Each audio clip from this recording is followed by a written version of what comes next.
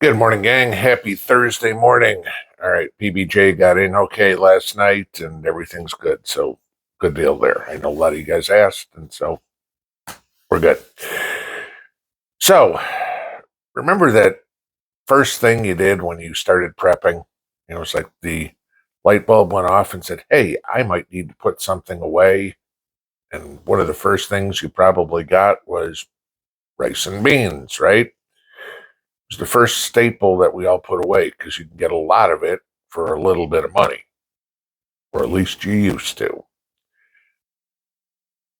Grains in general, I mean, whether it's wheat, corn, oats, rice, etc., are a staple food around the world. Okay, no doubt. And I mean, we all eat plenty of it. Go pull anything out of your refrigerator, out of your freezer, and look to see what corn product is in it. Pretty much everything. Okay. How much rice we eat, how much rice the world eats, how much bread you eat. Okay. You know, cakes, pies, whatever is going to have flour in it. Grains are a staple food source for everybody in the world. Rice is the number one grain that is eaten. I mean, it feeds roughly, it's the main food for roughly 5 billion of the 8 billion people on the planet. Okay, just to give you an idea how important rice is. It's always been a inexpensive food source, which is probably the reason why most people eat it, because unlike what all these whiners that just want government money say, the poor people in this country are better than, living better than 98% of the people in the rest of the world. Just that's a fact. Okay. Just to give you that as an idea. Imagine my surprise yesterday when I took a look at commodities prices and saw that rice, the price of rice, was at a 15-year high. Okay. Go back 15 years. What does that put you at? Oh, that would be the Great Recession. Okay. Last time we had this problem. Economic idiots running the show. This was the end of the Bush era, beginning of the Obama era. Those shining presidents that we had there that were, so well in tune with what's going on with the country. So you look at foodstuffs and what you have. I'm guessing that everybody watching this channel has a good amount of rice put back. I mean, $20 will get you a 5-gallon bucket full of rice.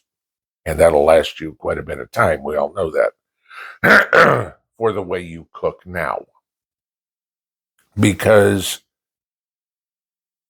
when this all goes tits up, and we know that's coming, your diet's going to change.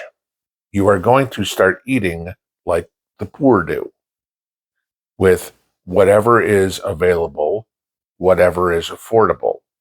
Hence the reason everybody talks about rice and beans. It's a complex, the beans being a protein and the rice being a complex carbohydrate. All right. So you are looking at basic foodstuffs that you can survive on. Look around anywhere in the world and see what recipes are made. And in most of them, on a plate somewhere, you're going to see either rice or beans, whether it's soups, whether it's casseroles, whether it's stews, whether it's tacos, whatever.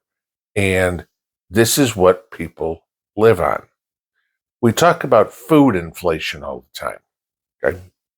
Not the BS number that we get out of Washington saying food inflation is only 2% this year. But when you're talking a 15-year high in the most common food that is eaten by people around the world, I mean, we're talking 62.5% of the people, it's their main food source. I'd say of the world, okay. I'd say 15-year high prices are pretty devastating. Okay? So go back and think about anything that you've heard in the last couple of years. Depopulation, the World Economic Forum's comments, the Georgia Guidestones, about we need to get rid of people on the planet. What easier way to do it than to starve the people out? Make food so expensive that people can't afford it. Then when people can't afford it, they will start to steal it, which brings us to what we see in California or Oregon or Washington or all these liberal states where they're locking stuff up behind plexiglass, where people are going into the stores and just walking out with grocery carts full of food because they can't afford it and they've got to feed people. You look at the increase in the amount of people that are going to food banks, like I told you with the drive we did, just here locally, their participation rate is up 50% over what it was last year. Okay? People can't afford food. So then they're going to start stealing it. Then it's going to get worse when people try to protect it. Then they're going to start killing for it. Right? Many times myself and other people on YouTube have talked about protecting your food. I mean, this is literally the reasons why you have weaponry, ammunition, etc., to protect your house and to protect your food. That's it. It's not to go out plinking or, gee, I want to go play Rambo in my neighborhood. No, you're doing it to protect your food because they're trying to kill us off. There's no doubt about this. As they keep on manipulating prices, allowing people to take whatever they want. I mean, you had one of the ministers in Germany the other day defending their illegals stealing fish from a fish market, was the story I read. And the minister got up and said these Tunisian migrants, Tunisian illegals in Germany, were only taking what they were entitled to. Really? Somebody else is entitled to what I have? And you may get the argument of, well, they're taking from a market. And in the market, there's a vendor who bought that fish. Or it's a store. Maybe it's a chain. Maybe it's publicly traded, right?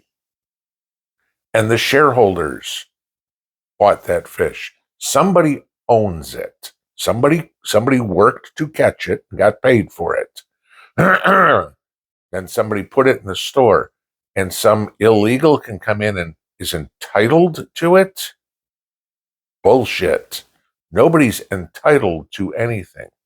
If out of the goodness of your heart you decide to give somebody something and you accept the fact that you are going to take the loss, be it financial, be it just your overall readiness, again, anything that you give out of your pantry is something less that you have.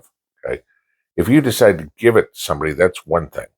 If somebody decides they're going to take it from you, that's completely different. You see all these talks about civil war in the United States, mostly the Democrats calling for it. I mean, I can't tell you how many comments I read below news articles in the comment section with liberals calling for Trump's assassination if he wins the election, or liberals calling for civil war when Trump wins the 2024 election. You don't see that out of the GOP. Nobody's calling for Biden's assassination, and nobody's calling for civil war. We just have a feeling that's what they're leading it to, because that's what they want. Any excuse they can, the elites, that's what the elites want. Any excuse they can to eliminate a vast swath of us, the normal people, okay, the middle class, the poor, whatever. The elites, now, they're still going to be on their yachts and flying their private planes. They expect us to be killing each other in the streets for food. They have some of the power to do this. Jack up the prices of food. Right now it's rice.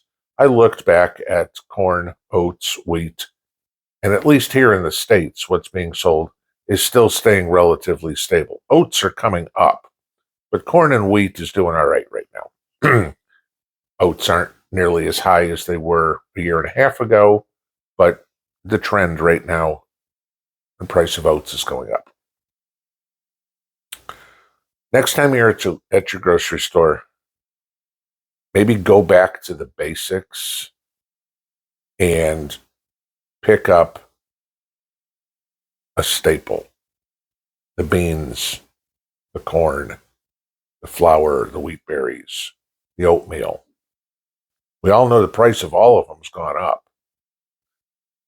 But what happens when we start seeing the rest of the basics start moving like rice does and start hitting 15-year highs? Because, again, you look at inflation as a whole, pretty much everything was cheaper 15 years ago than it is now. But we're hitting highs we haven't seen in forever. Just keep an eye out. Keep stocking. You're going to really appreciate the fact that you did next year. And we'll out.